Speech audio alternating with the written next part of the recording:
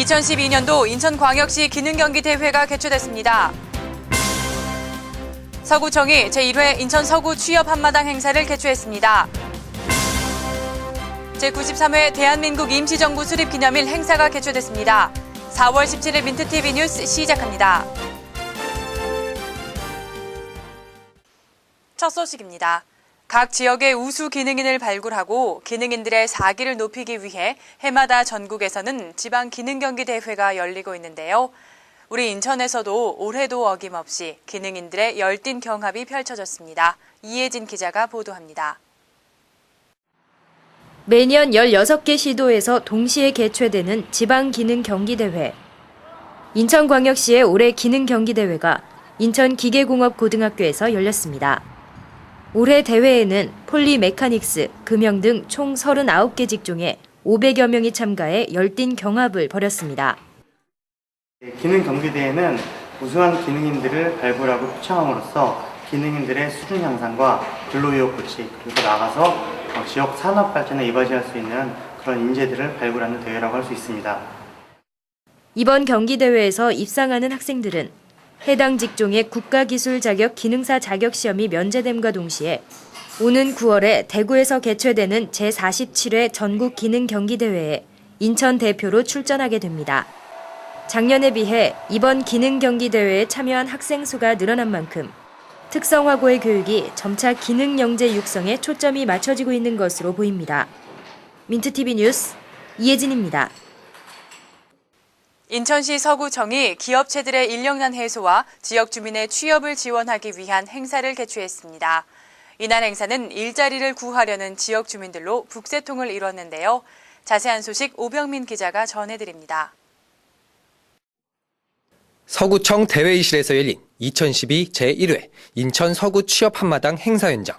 일자리를 구하려는 지역 주민들로 발 디딜 틈이 없습니다. 서구청과 인천 북부고용 노동지청의 공동주최로 진행된 이날 행사는 지역 기업체의 인력난 해소와 주민들의 취업을 지원하기 위한 것으로 현장 면접을 비롯해 중소기업의 애로사항 접수, 그리고 실업급여 안내 등 구인업체와 구직자들을 위한 다채로운 프로그램도 함께 진행됐습니다. 아시는 것처럼 서구에 중소기업이 한 3,000개가 있습니다. 이 중소기업에서는 사실 인력난입니다. 사람을 못 뽑고 있는 회사도 있습니다. 또 우리 45만 국민들 중에는 취업을 희망해도 취업을 못하고 있습니다. 이걸 매칭해주는 사업이 바로 오늘 행사입니다. 그래서 한편 이날 채용을 실시한 업체는 1인당 월 임금의 50%까지 지원받을 수 있어 기업들로부터 인력난과 경영지원 문제 모두를 아우른 행사로 평가받았습니다. 민트TV 뉴스 오병민입니다. 지난 4월 13일은 대한민국 임시정부 수립 기념일이었습니다. 일제에 빼앗긴 국권을 되찾고자 노력했던 선조들의 순국 정신을 되새겨보기 위한 국가기념일인데요. 인천시가 이를 기념하기 위한 행사를 진행했습니다.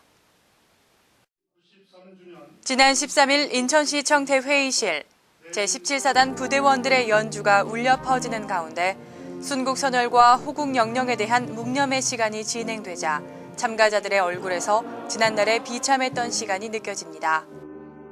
이날 행사는 독립운동가 활동 근원이었던 대한민국 임시정부 수립일을 맞아 개최됐으며 박찬규 애국지사와 보훈단체 회원 등 약 300여 명의 인사가 참여한 가운데 치러졌습니다. 이와 같은 선열들의 독립투쟁과 대동단결 정신은 오늘날 우리에게 귀중한 교훈이 되어 우리나라의 발전에 주춧돌이 되고 있습니다. 한편 이날 기념식은 대한민국 임시정부 수립 경과 보고도 동시에 이루어져 자주 독립의 소중함을 증명하기도 했습니다. 한때 나라를 빼앗겨 억압받고 핍박받던 우리 민족의 역사, 이를 되돌리기 위해 희생했던 이들의 숭고한 정신을 잊지 말아야 할 것입니다. 오늘의 단신입니다. 인천경제자유구역청이 에콰도르 투자개발청과 야차이 지식기반도시 개발 컨설팅을 위한 계약을 체결했습니다. 야차이 지식기반도시는 송도 국제도시를 모델로 한 에콰도르 신거점도시를 개발하는 프로젝트로 1년 동안 첨단 산업연구도시로 발전시켜 나갈 계획입니다. 서구가 지역 주민에게 맞춤형 복지 서비스를 제공하는 희망복지지원단을 운영합니다. 이번에 구성된 희망복지지원단은 공무원, 사회복지통합서비스 전문요원 등 총 11명으로 구성됐으며 주민에게 직접 찾아가는 현장 복지 행정 업무를 맡을 예정입니다. 부평구가 구민이 도로명 주소를 사용하는 데 불편함을 없애기 위해 도로명 주소 안내시설 종합관찰제를 운영합니다. 이에 따라 구는 시설이 훼손되거나 없어지지 않게 직원들이 출장 또는 순찰 시에 도로명 주소 안내시설을 관찰할 수 있도록 할 예정입니다. 이상으로 4월 17일 민트TV 뉴스를 마치겠습니다. 시청해주신 여러분 고맙습니다.